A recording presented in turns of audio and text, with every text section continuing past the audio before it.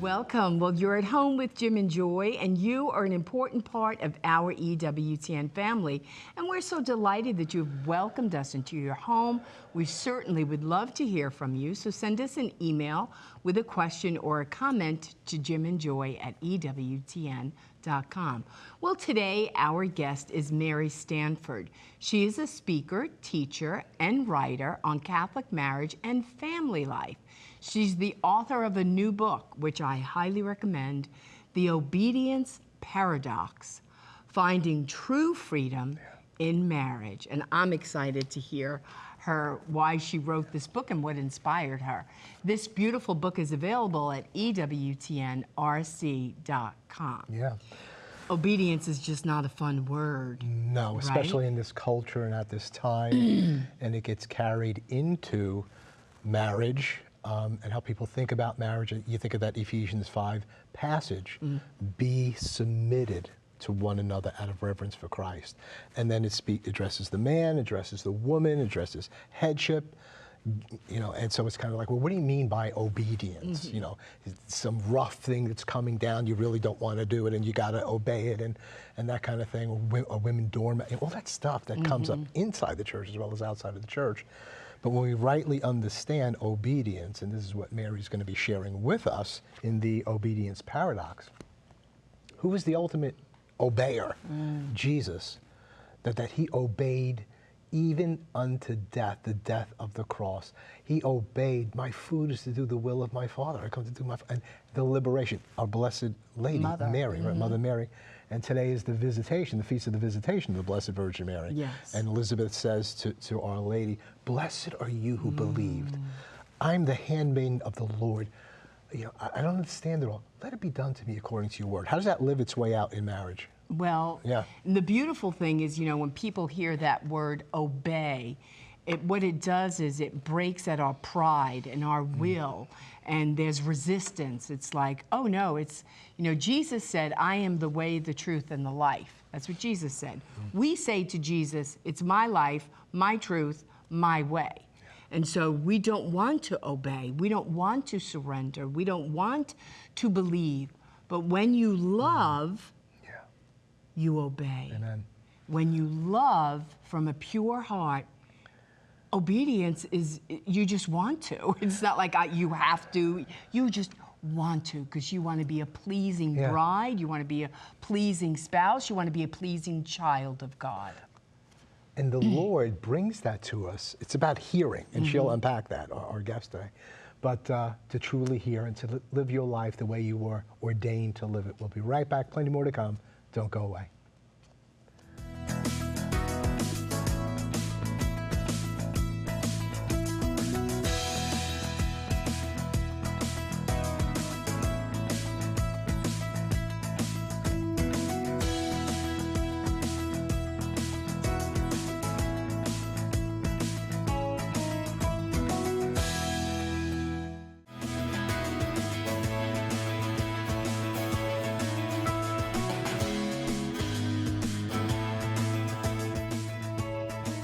Welcome back. We're at home with Jim and Joy, and today our guest is Mary Stanford. She is a speaker, a teacher, and a writer on Catholic marriage and family life, because she's married and she has a family.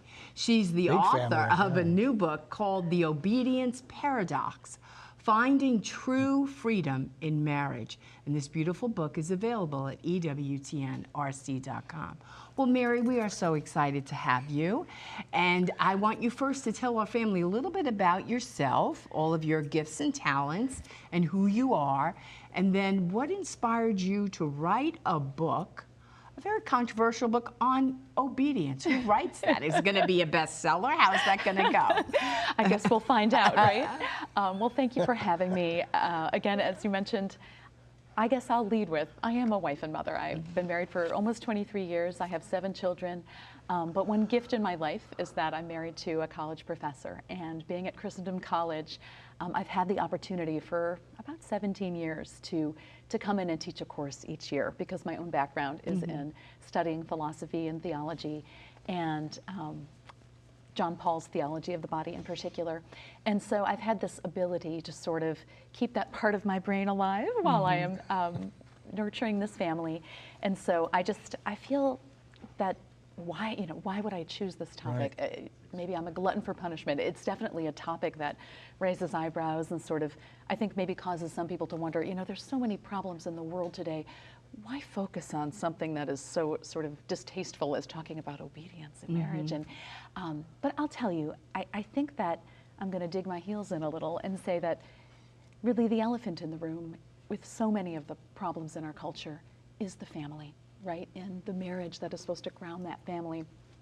And when you look at the statistics of broken marriages, you realize we're struggling to live out that one flesh union, right? Unity. What creates marital unity? And I wanted to take a closer look. And for some reason throughout the years, I've had time here and there to do a talk on it. I talk about it in the course that I teach. I've written a little bit on it, but it just kept coming back and people just kept asking me about it. And sometimes I would hear a homily at a wedding. We go to a lot of students' weddings, and inevitably they would choose Ephesians 5, wives, be submissive to your husbands as to the Lord. And what I noticed is that even a lot of absolutely wonderful priests were struggling a little bit with that. They usually spent most of the homily telling us what it doesn't mean, which is important. It's important to say it doesn't mean you're a doormat or that you have no freedom or that authority means abuse. Of course not. So it's very important to clarify. But then I always thought it ended before they told us what it did mean, right? There was sort of a hunger, and I think we're seeing it today. Even in there's a secular movement that calls itself the trad wife movement, and I think there's some erroneous. What is it called? What is it? Trad wife, and I don't think that it's necessarily what we want, but it is a response to the fact that for decades our culture has been telling us there's no difference. The roles of husband and wife are interchangeable. No difference between the masculine and the feminine. And so there is sort of a recognition that no, there is a difference. There is a dynamic there that we need to talk about. And so I want to get it right, though. I want it to be grounded in our faith and consonant with everything that our Lord taught. So anyway, it just happened somehow through God's funny design. That as you're speaking, I'm thinking about an image that you get shown of a woman, and they ask the question, is it an ugly hag or is she beautiful? And you look at it and just keeps looking ugly, and then you tilt and it's something beautiful. And I think that's what you're saying. Like, it's like, why did you pick this? Because it's beautiful, and you see it as beautiful. And in this culture, and I'm not sure that it was always true in cultures before this time, that obedience is a dirty word. It's a hag. It's really bad. You're not free. This is some great power that's having dominion over you. There's no volitional will on your part. This is going to be enacted upon you. This is an edict to you. And I'm like, that's just not what it's about, that word. No, and we need to reclaim it. Right. I think that misunderstanding of obedience throughout time comes from the fact that true headship or authority has been abused throughout time, right? In our human fallenness, there's been examples of tyrants and things like that, whether in the family or in a state or a country. And so when we really want to look at the true meaning of headship, we have to look at our Lord, right? Okay. How did he present his relationship to the Father? How did he present the Trinity's relationship to us? And when you look, again, right there in Ephesians 5, when he says, husbands, love your wives as Christ loved the church, right? He laid down his life for it. So if Christ is the head because he lays down, because he gives his life, suddenly we see, then what can obeying that authority mean but receiving what he's offering? Right. And the first line in that section or pericope, be subject to each other out of reverence for Christ. So that's kind of like the predicate, right? At the beginning of it, to say everything that's going to come after this now about headship and about the woman's place, a special way of receiving, and so it's all about this mutual submission that takes place that you're going to give yourself to. Share with us again, before we get more deeply into the marital relationship, like you're saying, this all has to flow out of who the Lord is, what's happening within the Trinity, and that we're entering into that so that we can enter into relationships properly and get a good understanding of what is meant when we're saying to obey. What is that? Yes, and Again, the very word obey, right? Yeah. It comes from the Latin ob audire, meaning to hear or to listen to.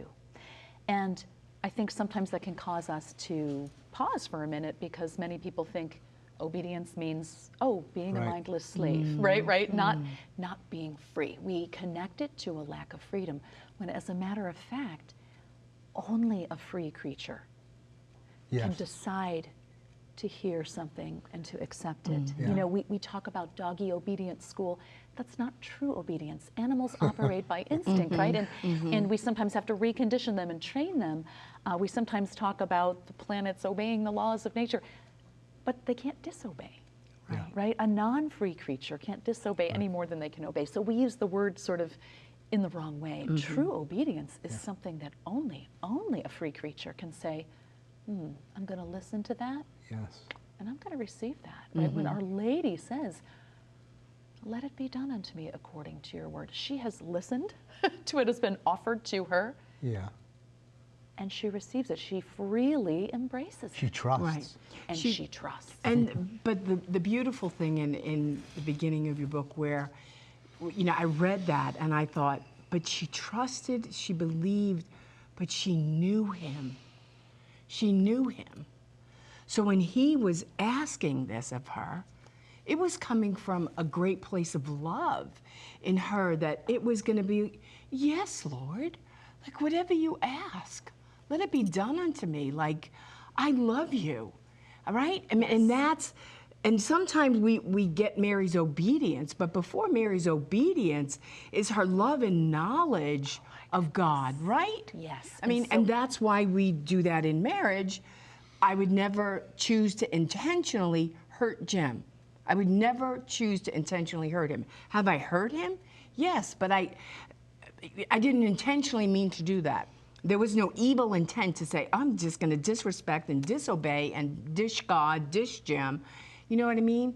So, Exactly. and that's when we get to see that of Mary, the one who knew God, you know, and he trusted her. So there was that intimate relationship that they had. Tell us more about that. And I'm so glad that you brought up that he trusted her. When we're talking about a dynamic where someone is freely, there's that word again, freely offering something, there is trust there, right? You are trusting that what you're offering isn't going to be rejected and tossed aside, right? When someone offers us a gift, they take a risk, right? And then there is that trust on the receiver's part of, is this really a gift? Is this really something good for me, something to enrich me, right? It's not something that's going to manipulate me or use me or control me, right? Again, Adam and Eve struggled with that, right? They struggled to believe that God's commandment to them was for their benefit. Yeah. Right? So what is really at the foundation of any dynamic of giving and receiving, I call it the glue that holds every gift together, is trust. Yes. It is trust, and that is so scary, right? Yeah. That is so scary because there's risk involved. And again, looking at the situation specifically of marriage today, and the dismal statistics about divorce, right? How many children had their trust betrayed, right? They're wounded. Their trust has been wounded. So, of course, people in our current age are going to have trust issues. We don't want to be vulnerable. We don't want to be controlled. So we hesitate to really freely give and to freely receive because there's so much on the line. Right, and we don't want to hurt. Yes. And so we don't Yes, want to we're hurt. trying to avoid right. So pain. we guard, right? It's Yes. like I don't want to hurt. Yes. I'm not going to take that risk. I'm not going to believe it didn't happen in my domestic church. And so, and even if I'm a priest and I came out of a broken family, he's a hurt priest. He needs healing because he can only love. We can only give what we have. And so in the domestic church where so many people have seen marriages fail or not flourish or not thrive the way God intended them to thrive, that's their model. And it has a lot of hiccups and Yes. hurts in it. Exactly. And even among the young people today, I deal with a lot of college students and young singles, and the dating world today, oh goodness, right? It's crazy. But so much of it is, there is such a fear of entrusting oneself to the other and a fear of being vulnerable that we see people communicating only through their phones, right? We want to we think that we can be less vulnerable if we can keep the other at bay. So I don't have to trust and I don't have to get hurt. And so it's rampant, all communications. People are afraid to go and talk to someone, even to pick up the phone and sort of have a there's a vulnerability in a live conversation, right? You don't know where it's going to go. And we resist that. So it's very much in the human fallen condition to resist vulnerability. Right. And then I think technology lets us live in a land of barrier, right? Very much. I'm going to text you. I'm going to, this is how we do now. Where back in the day when we were dating, the boy picked you up at your house. He came and met your parents. He called you, right? There was order to it. But think about the risk of meeting your parents, right?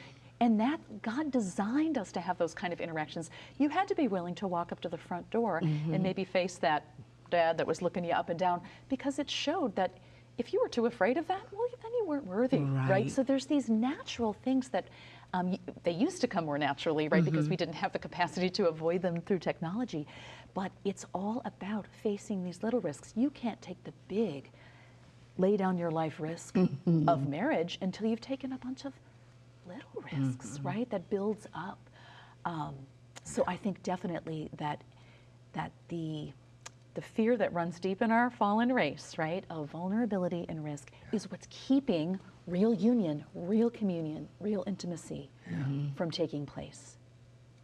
Yeah, I just keep hearing, growing up with parents in our time and so on, it would be like, you need to look into my face. Lift up your eyes, because you always, you need to speak to people. You need to look into their face, and so this is unbelievable. Nobody's even saying that to anybody. You don't have to look at. You don't want to look at anybody's face. And how are you going to develop an intimate relationship without really looking at someone or being touched by someone, meaningful touch, and looking into somebody's face? How do you know if you love them or not? I mean, I don't get it. And how do we hear each other?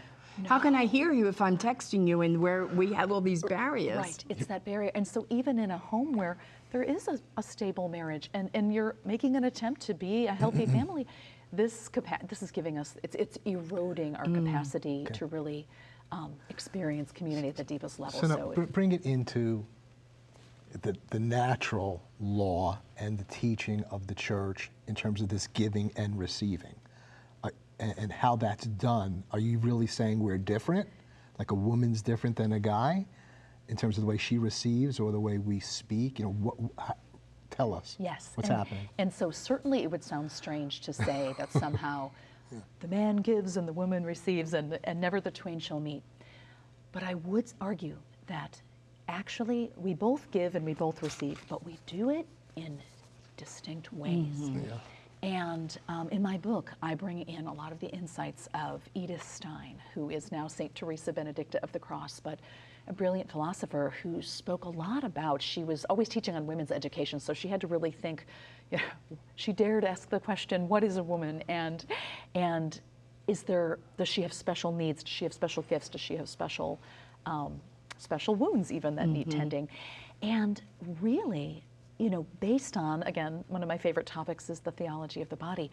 Bodily, we're distinct, right? We're both human, but a woman's body physically is characterized by that ability to receive and nurture a person within her, and that she has spiritual and psychological gifts to support that.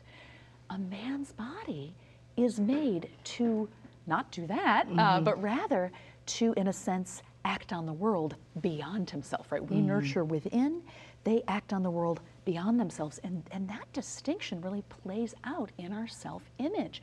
Men find a great sense of identity, not so much in their body, but in what they do, right? Men tend to identify and find satisfaction in their work, we might say. And that, of course, can go off the rails, right? That can be dangerous, but there's a way in which it's healthy, right? They're not just their body, right? And sometimes we women, we feel a very close connection to our body. Our hormones constantly remind us that we're female, right? You don't see women going around trying to prove they're women, right? We sort of accept that, so sometimes we identify with our body, which can be dangerous, right? We can be prone to eating disorders or body image issues, but also it does remind us that where there's a body, there's a person, right? Sometimes men can have that disconnect. But nonetheless, in terms of self-image, if a man is really identifying with what he does, he's going to identify with his gestures of offering towards his wife. So when she receives those gestures, and she receives them well, she's not just sort of saying thank you and being pleasant. She's actually affirming him because he has bound up his identity in this gesture of offering. Well, you know, men give 1,000 gifts to their wives, right? I mean, we're not just talking about things that come with a bow on top, right? Everything that they do and say and offer. And so as a wife and mother of 7, I know that I do a lot for my husband and family, and of course it's important that those things be well received. But actually, I would argue that the greatest gift I give to my husband is actually in receiving well the gifts he gives to me. Right. Let's pause right there. We're going to hold you over for the final segment. Keep that thought. We're speaking about the obedience paradox. You can go to EWTNRC.com to get this wonderful book. We'll be right back. Don't go away.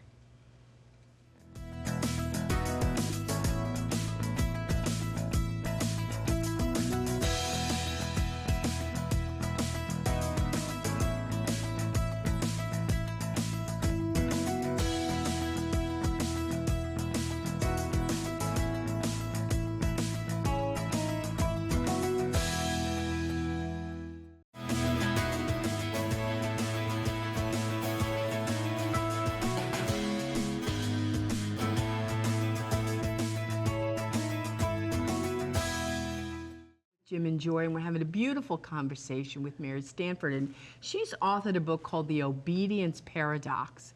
If you want your life to change, if you want your marriage to change, your family to change, I suggest you get this book. It will help you. It will aid you. It will assist you.